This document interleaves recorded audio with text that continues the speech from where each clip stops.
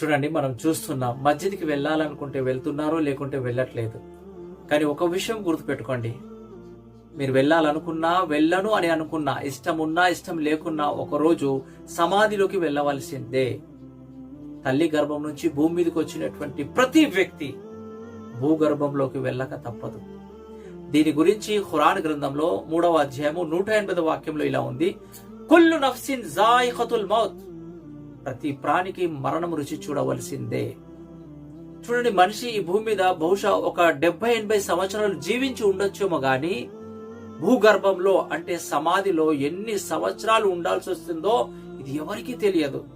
ఈ ప్రాపంచిక జీవితం ఎంత చిన్నదంటే దీని గురించి ప్రవక్త ముహమ్మద్ సల్లల్లాహు అలైహి వసల్లం ఒక ఉదాహరణ ఇస్తూ ఇలా అన్నారు, మీరు సముద్రంలో వ్రేలు ముంచి తీస్తే మీ వ్రేలుకు ఎంతైతే నీరు తగిలి వస్తుందో అంతే ఇహలోక జీవితం, ఈ ప్రాపంచిక జీవితం.